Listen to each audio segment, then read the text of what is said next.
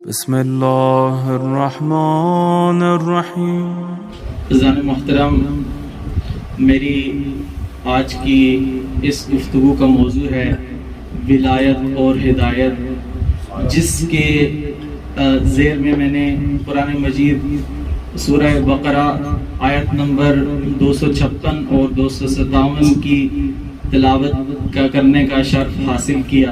بلا تمہید اپنے موضوع کی طرف آنا چاہتا ہوں۔ خداوند متعال فرماتا ہے لا اکراہ فی الدین، کہ دین میں کوئی جبر نہیں ہے۔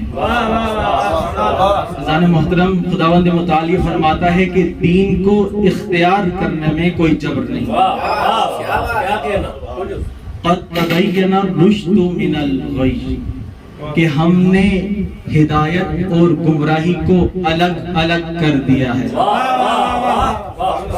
محترم، خداوند متعال یہ فرماتے ہیں کہ ہدایت اور گمراہی الگ الگ ہوگی نہیں، ہم نے الگ الگ کر دیا ہے۔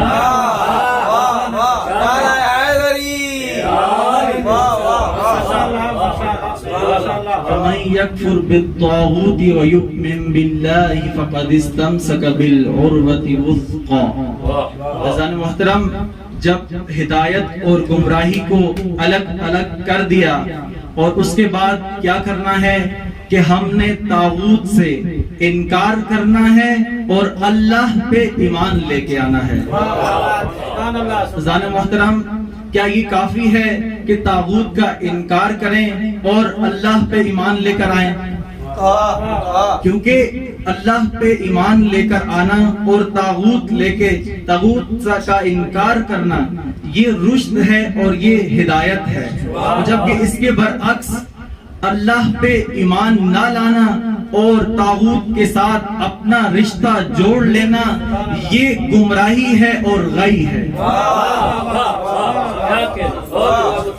عزیزان محترم، اب اللہ پہ ایمان لانا اور طاغوت کا انکار کرنا کیا یہ کافی ہے؟ خداوند متعال فرماتا ہے نہیں، یہ کافی نہیں ہے۔ یہ کافی نہیں ہے، کافی تب ہے کہ جب آپ کے ہاتھ میں عروۃ الوثقی ہو، وہ مضبوط رسی ہو۔ وہ عروۃ الوثقی کیا ہے؟ لا انفصام لہا، جو کبھی نہیں ٹوٹتی۔ یہاں سے ہمیں ولی کا معنی، ہدایت کا معنی سمجھ میں آتا ہے کہ اللہ جس کا ولی ہے وہ گمراہیوں سے، تاریکیوں سے نکال کر ہدایت کی طرف لے کے جاتا ہے، نور کی طرف لے کے جاتا ہے۔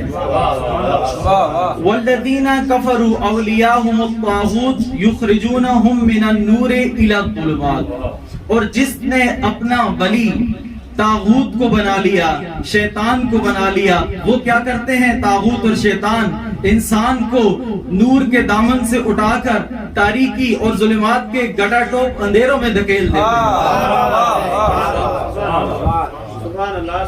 عزیزان محترم، ہم نے یہاں سے ولی کا معنی سمجھنا ہے۔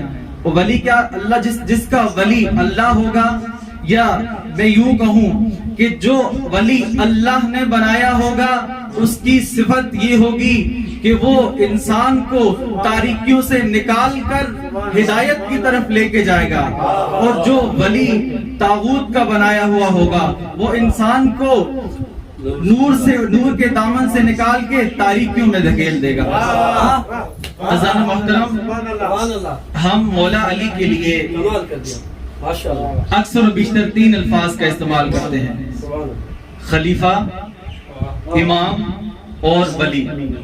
3 لفظ کا، اکثر و بیشتر 3 لفظ کا استعمال کرتے ہیں: خلیفہ، امام اور ولی۔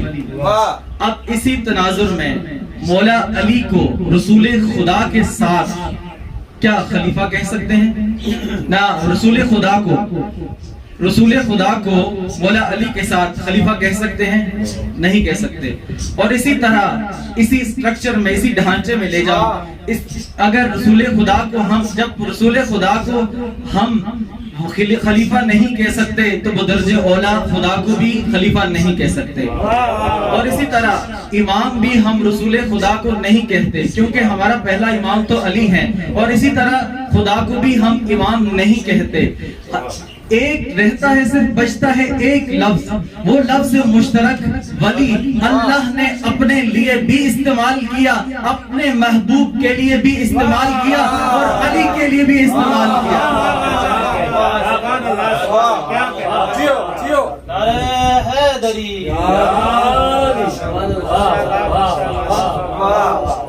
عزیزان محترم، تین ولی اب واضح ہو گئے۔ عزیزان محترم، اچھا ان کی ولایت کب سے ہے؟ ان کی ولایت کب سے ہے؟ خدا کے بارے میں ہمارا یہ عقیدہ ہے کہ جب نہ تھا خدا تب بھی تھا، جب کب نہ تھا تب بھی تھا خدا، جب کچھ نہ تھا خدا تب بھی تھا۔ یہی تو ہے آل محمد کی توحید کہ جب کچھ نہ تھا تب بھی خدا تھا۔ خدا کی قسم، اگر غیروں سے توحید لوگے تو غیروں کا عقیدہ تو یہ ہے کہ خدا کرسی پہ بیٹھے گا روز محشر اور اپنا پاؤں جہنم میں ڈالے گا، تبھی جہنم کی آگ ٹھنڈی ہوگی۔ یہ غیروں کی توحید ہے۔ آل محمد کے نزدیک جس خدا کا پاؤں ہو وہ پھر خدا نہیں رہتا۔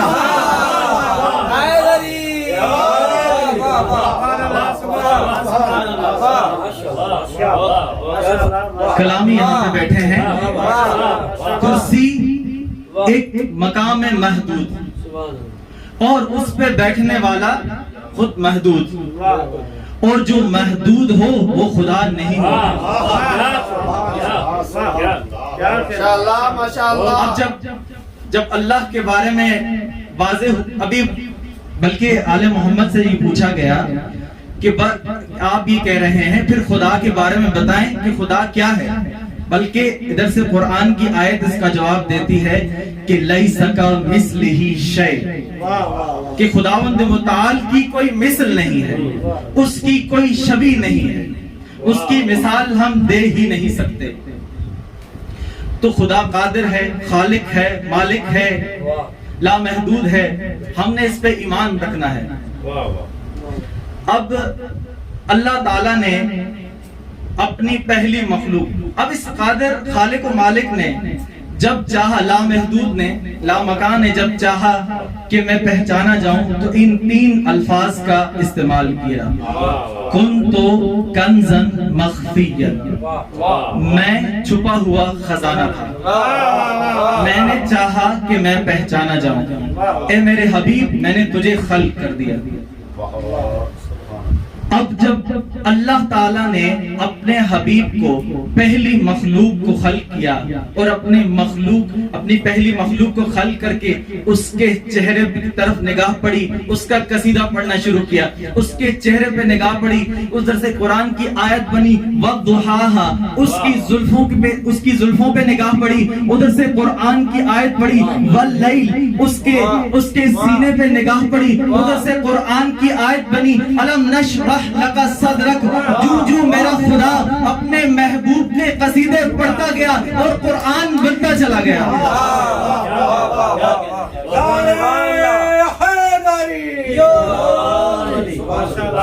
عزیزان محترم، ہمارا یہی تو عقیدہ ہے نا کہ قرآن محمد و آل محمد کا سب سے بڑا عقیدہ ہے۔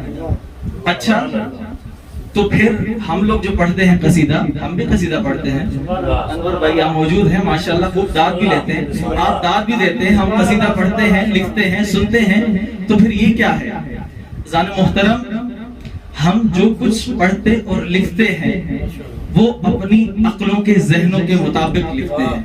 ایک شاعر جب اپنے تخیلات کو پرواز کی بلندیوں پہ لے جا کر ایک قصیدہ لکھتا ہے لیکن پھر بھی وہ قصیدہ مجازی ہوتا ہے، لیکن خداوند متعال جب قرآن کو نازل کر کے ان کا رسول محمد کا قصیدہ پڑھ کے بتاتا ہے کہ یہ قصیدہ مجازی نہیں بلکہ حقیقی ہوا کرتا ہے۔ صلوات پڑھیں محمد والے محمد پر۔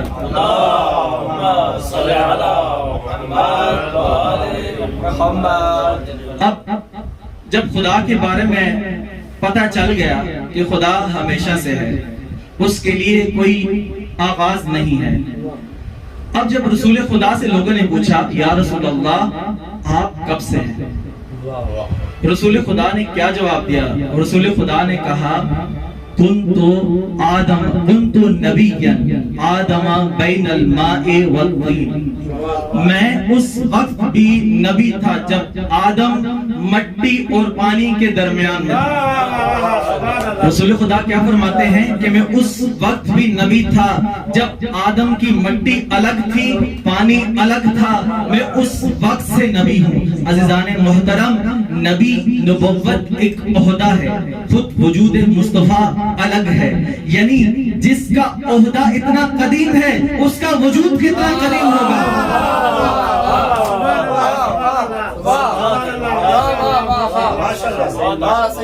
محترم، اب یہی سوال مولا علی سے کیا گیا تو مولا علی نے بھی سیم یہی جواب دیا۔ مولا علی نے کیا کہا؟ کنتو ولیا آدم بین الماء والطین، میں اس وقت بھی ولی تھا جب آدم مٹی اور پانی کے درمیان میں تھا۔ میں اس وقت بھی نبی تھا، آدم مٹی اور پانی کے درمیان میں تھا۔ تو ہم نے پوچھا کہ مولا آپ اس وقت سے ولی ہیں، تو پھر یہ غدیر کیا تھا؟ یہ غدیر کا اعلان کیا تھا؟ ہمارے مولا کی آواز یہ آتی ہے، اے نادان، تم نے غدیر کو سمجھا ہی کب ہے؟ غدیر کو سمجھا ہی کب ہے؟ وہاں پہ بھی لفظ استعمال ہوا تھا، کن تو میں تھا، کن تو میں تھا، کن تو میں تھا، یعنی اس سے رسول خدا یہ بتانا چاہتے ہیں، رسول خدا اعلان کر کے بتانا چاہتے ہیں کہ مولا علی ولی تو بہت پہلے سے ہے، آج تو صرف ان کی ولایت کا اعلان ہو رہا ہے۔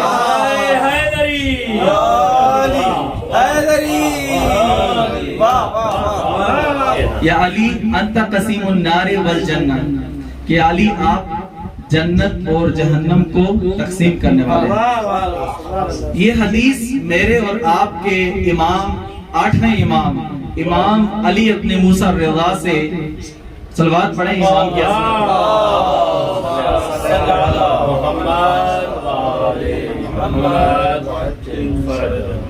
جب مامون کے دربار میں امام گئے تو امام سے مامون نے پوچھا کہ یا ابن رسول اللہ، کیا یہ حدیث درست ہے کہ یا علی انت قسیم النار والجنہ، کیا علی جنت اور جہنم کو تقسیم کرنے والے ہیں؟ تو امام نے فرمایا کہ کیوں نہیں، یہ حدیث درست ہے، تم نے کیا نبی سے یہ نہیں سنا کہ یا علی حب کا ایمان و بغض کا کفر؟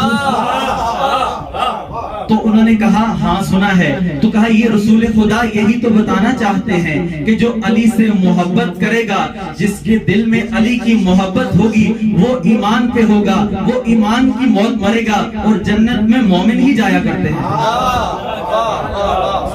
اور جس کے دل میں علی کا بغض ہوگا وہ کفر کی موت مرے گا، اور کافر کا جنت میں کوئی کام نہیں ہوا کرتا۔ عزیزان محترم، جب یہ واقعہ ایک مولا کے چاہنے والے نے سنا، جب مولا مامون کے دربار سے باہر آئے اور وہ امام کا چاہنے والا پیچھے آیا اور باہر آ کر امام سے سوال کرتا ہے، کہا اے میرے آقا و مولا، یہ جو آپ نے حدیث کی تشریح بیان کی ہے، کیا یہ درواقع ایسے ہی ہے؟ امام نے فرمایا یہ جو میں نے تشریح کی ہے یہ اس کی عقل کے مطابق تھی۔ تو کہا کہ امام میرے لیے کیا حکم ہے؟ کہا کہ سنو، تمہارا ایمان یہ ہونا چاہیے کہ پل صراط پر حضرت علی کھڑے ہوں گے، ایک دائیں ہاتھ سے لوگ ایک کر کے گزر رہے ہوں گے، دائیں ہاتھ سے ایک کو پکڑ کر جنت کی طرف بھیج رہے ہوں گے، اور دوسرے کو بائیں ہاتھ سے پکڑ کے جہنم کی طرف بھیج رہے ہوں گے، اور ساتھ یہ فرما رہے ہوں گے ہذا لی و ہذا لک، اے جنت یہ میرا ہے، اے جہنم یہ تیرا ہے۔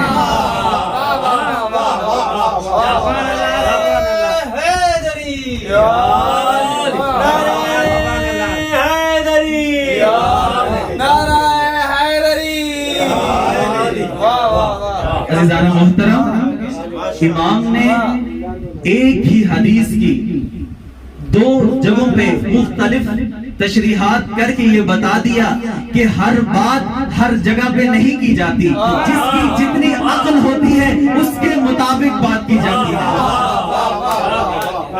اور دوسرا ہمارے موضوع سے کہ اگر ہم نے اللہ کے بنائے ہوئے ولی کو، جو شروع میں نے آیات بھی پڑھی، اگر اللہ کے بنائے اور ولی کی اتباع کی، اس کا دامن تھامے رکھا، تو یقیناً وہ ظلمات سے نکال کے ہمیں نور کی طرف لے جائیں گے، اور یعنی دوسرے لفظوں میں یوں کہوں، ہمیں جہنم سے نکال کے جنت کی طرف لے جائیں گے۔ اور جس نے طاغوت کی، شیطان کی پیروی کی، جس نے اپنا ولی غیر جس کو خدا نے نہیں بنایا اس کو چنا ہوگا، یقیناً وہ جہنم کی طرف اسے لے جائے گا۔ اللهم صل على محمد وآل محمد